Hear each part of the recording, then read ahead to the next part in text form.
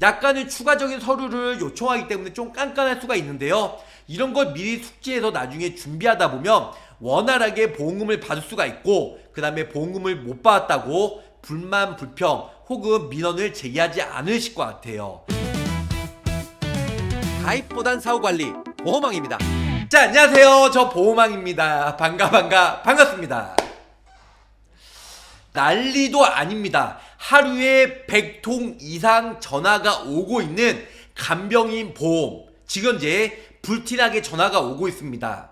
5월달부터 간병인 보험이 20만원에서 10만원으로 축소가 된다고 일주일 전부터 설명해 드렸고요. 그리고 5월달부터는 경증, 중증, 간병인 보험이 나눠진다고 설명해 드렸어요. 그렇기 때문에 무조건 4월달 안에 가입을 하시라고 저 보험왕이 누누이 정말 입에 정말 닳도록 설명해 드렸는데, 많은 분들이 저 보험왕을 믿고 가입을 해 주셨습니다. 그런데 간병인 보험 가입할 때 단순하게 보험료가 저렴하고 보장 내용이 좋고, 물론 이거는 가장 기본적인 거지만, 오늘은 저 보험왕이요, 간병인 보험 기존에 1개 가입하든 2개 가입하든 지금 이제 중복 가입이 안 됩니다. 삼성생명과 롯데손해보험은 어깨 누적을 보긴 하지만 같은 날 동시에 들어가면 가입이 가능해요. 롯데, 삼성 둘 다 같은 날 동시에 들어가면 가입이 가능하지만, 어떻게 보면 약간 편법이죠. 나중에 둘 중에 하나 빼라고 할 수도 있어요. 하지만 일단 롯데랑 삼성 같이 가입을 하는 회사도 이론적으로는 불가능하지 않아요. 이거 제외하고는 지금 현재는 기존에 간병인 보험 하나 가입되어 있으면 중복 가입이 안 된다는 거죠. 간병인 보험 어떤 식으로 어떻게 가입해야 우리 구독자, 시청자, 저 보험왕도 간병인 보험 가입을 했는데 같은 계약자로서 어떻게 가입을 해야 되는지 구체적으로 설명을 드릴까 합니다. 중요한 건 요 내용인 것 같아요. 간병인 보험 이렇게 가입하면 쫄딱 망한다. 그래서 저 보험왕이 어떤 식으로 어떻게 가입을 해야 되는지 저 보험왕이 5가지 베스트 5를 준비해 봤습니다. 자, 요 내용 웬만한 보험 설계사분들도 모르실 거고요. 저 보험왕은 우리 구독자, 시청자분들 이 5가지를 꼭 비교해 가며 추천을 해드리고 있어요. 쫄딱 망하지 않기 위해서는 이렇게 현명하게 가입을 하는 베스트 5 저 보험왕이 국내 최초로 설명해 드릴게요. 바로 5위는요, 181위 이상은 무조건 넣어라. 1위부터 180까지만 있고요. 나머지 어떻게 되죠? 90일 혹은 약간마다 틀린데요, 180일 지나고 나서 다시 보장이 됐었어요. 1, 2년 전에 181일 이상 KB 손해보험을 시작으로 웬만한 모든 보험회사들이 출시가 되었습니다. 6개월 동안 입원한 것도 솔직히 쉽지는 않은데, 네, 6개월 이상 입원하는 거 쉽지가 않은데 181일 이상 입원한다? 이거는 뭐야. 요즘에는 거의 1일서부터 180일 이상 200일, 300일 이게 장기간 입원하는 경우가 지금 요즘에 많이 생겼다는 겁니다. 180일 이상. 그래서 1위부터 180일, 180일부터 365일이 있기 때문에 1위서부터 365일까지 모두 다 보장을 받을 수가 있다는 거죠. 물론 오래전에 가입하신 분들은, 예전에 가입하신 상품들은 181일 이상 특약이 없어요. 그러면 이 특약만 따로 가입을 하든지, 중복이 안 되니까 예전 거는 해지하고 1위부터 180일, 180일부터 365일을 따로 넣으셔야 되는데요. 중요한 건 181일 이상 이거 무시하면 안 돼요. 보험료는 저렴하고 가성비 대비, 정말 보험료 대비 나중에 똑똑한 효자 노릇이 할 수가 있다는 거죠. 그래서 181일 이상은 보험료가 저렴하기 때문에 무조건 넣으셔야 된다. 근데 요즘에는 181일 이상이 있으면서, 이거 샘플인데요, 삼성화재 거 샘플인데 여기 어떻게 돼 있죠? 다 있잖아요. 181일 이상. 네, 그래서 질병이나 상해로 181일 이상 20만원 혹은 간호간병이 있어요. 물론 요양병원은 181일 이상은 없어요. 181일 이상 요양병원 있는 데는 한화 손해보험밖에 없다. 180일 이상. 근데 나머지는 지금 저기 요양병원 제외하고는 일반 병원과 그 다음에 저기 간호간병은 181일 이상 특약이 있기 때문에 제가 생각하기에는 181일 이상 특약은 안 넣는 것보다 무조건 넣으셔라. 나중에 큰 효자 노릇을 할 수가 있다는 겁니다. 문제인지 아시겠죠? 사유는 뭐냐면요, 표준체, 간편, 가성비 좋은 회사로 가입하세요. 저는 이게 좀 아쉬워요. 하지만 저 보험왕은 법인 대리점에 있으면서 30개 회사를 비교해서 가장 저렴한 회사로 추천해 드리는데요, 정말 저렴한 회사로 가입을 하셔야 돼요. 꼼꼼히 비교해서. 자, 여기 보시면 생명보험, 손해보험 30개 회사를 하다 보니까 가장 잘 나가는, 그래서 보험료가 이왕이면 간병인 사유일당 20만원씩 똑같이 넣었을 때 보험료가 가장 저렴한 뭐 C나 아니면 B, A 요런 식으로 꼼꼼히 체크해서 추천을 해드린다는 겁니다. 무턱대고 내가 내 지인, 내 친척, 우리 가족이 메리츠화재, KB, 삼성화재, DB손해보험에 다 다니는데 그러면서 무턱대고 가입하지 마세요. 보장이 다 똑같은데요, 보험료가 비쌀 수가 있어요. 그래서 나이와 성별, 그리고 입원이나 수술, 그리고 유병자도 가장 저렴한 뭐 3텐텐 10년 동안 입원 수술 없는 정말 저렴한 고지형으로, 혹은 5년만 보는, 3년만 보는, 1년만 보는, 본인이 처한 환경에 따라, 본인이 입원하고 수술한 그 내용에 따라 일단은 3용호든 355든 3텐텐이든 가장 저렴한 간편 유병자 보험으로 비교해서 저렴한 쪽으로 추천해 드릴 수가 있는데요, 지인이나 친인척한테 가입한 것도 좋지만 무턱대고 비교 안 하고 한 군데만 가입하면 나중에 큰 낭패를 볼 수가 있다는 겁니다. 50세 기준으로 20만원 요양병원 다 넣는데 보험료가 얼마예요? 22,000원. 근데 가장 비싼 오른쪽에는 45,000원. 같은 보장인데 보험료가 23,000원 차이예요. 요양병원 9만원인데 F는 5만원이잖아요. 그리고 181 이상도 20만원인데 F는 15만원. 근데 보험료는 45,000원, 22,000원, 약 23,000원 차이예요. 1년이면 2,30만원, 10년이면 2,300만원, 20년이면 4,500만원 차이가 난다는 겁니다. 그렇기 때문에 꼼꼼하게 보험료와 보장 한도를 꼼꼼히 비교해서 가입을 하자라는 거죠. 무슨 뜻인지 아시겠죠? 이거는 가장 기본이기 때문에 많은 분들이 제 얘기에 대해서 반박을 하시지 못하실 것 같습니다. 자, 대망의 3위는요, 진단 확정 문구가 없는 회사로 가입해야 돼요. 이 뜻은 뭐냐면요, 보험을 가입을 해요. 표준형은 상관이 없어요. 여기 약관에 보면 뭐라고 나와있죠? 보험기간 중에 간편보험이든 표준형 보험이든 간에 우리가 그 간병인 보험 가입할 때요, 보험기간 중에 치료가 되어 있는 게 있고요, 진단 확정 문구가 없는 회사가 있어요.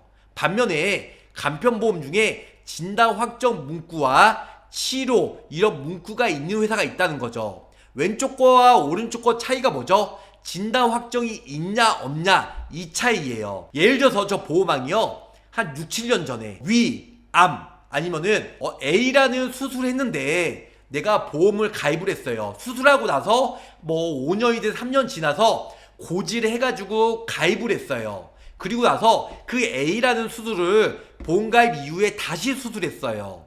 그랬을 경우에는 진단 확정이 없고 보험기간 중에 치료만 있는 회사로 가입을 했으면 과거에 내가 A라는 수술이 오래전에 수술했는데 보험가입 이후에 보험기간 중은 보험가입 이유가 보험기간 중이에요. 보장개시. 그렇기 때문에 보험기간 중에 치료, 당연히 보험기간 중에 치료면 무조건 보장이 된다는 거죠.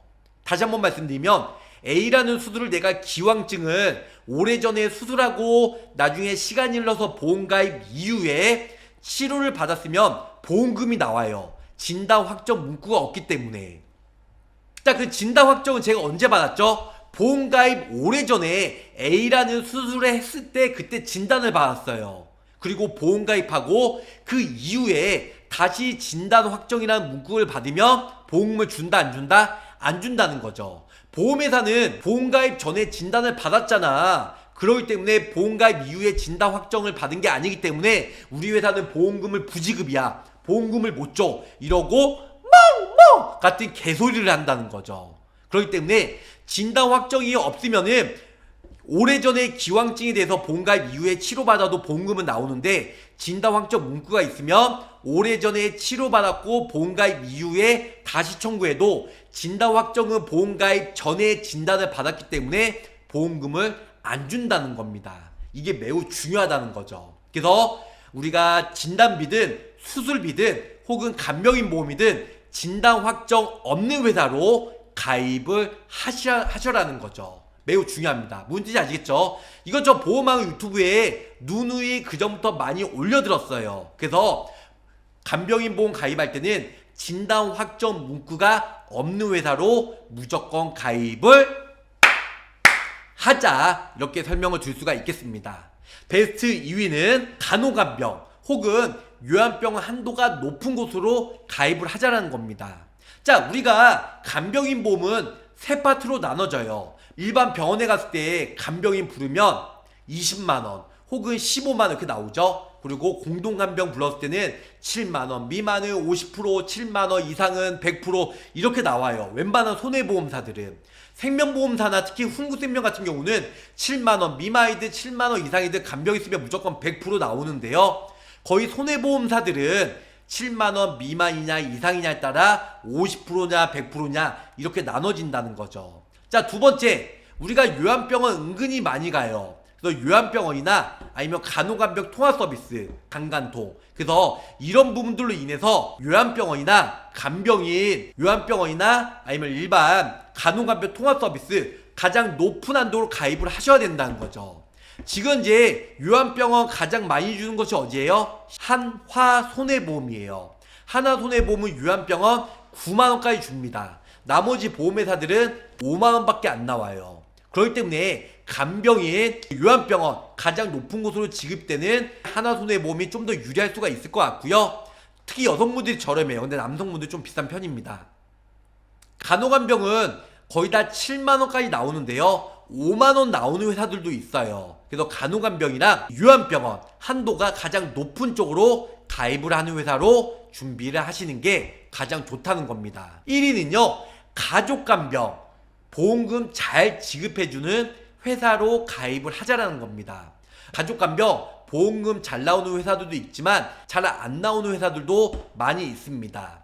그리고 25년 1월달부터 여기 보시는 바와 같이 가족간병 보험금 청구가 약관이 많이 바뀌었고요. 가족간병으로 손해율이 엄청나다 보니까 일단은 가족간병 보험금 잘 나오는 회사, 그리고 약관이 어떻게 개정이 되었는지 많은 분들이 모르시더라고요. 배경 문제점인데요. 일부 보험약관의 간병인 정의에 보면 중개 플랫폼을 통한 간병인을 포함하지 않아서 보험금 부지급 등 소비자 피해를 초래할 수가 있습니다.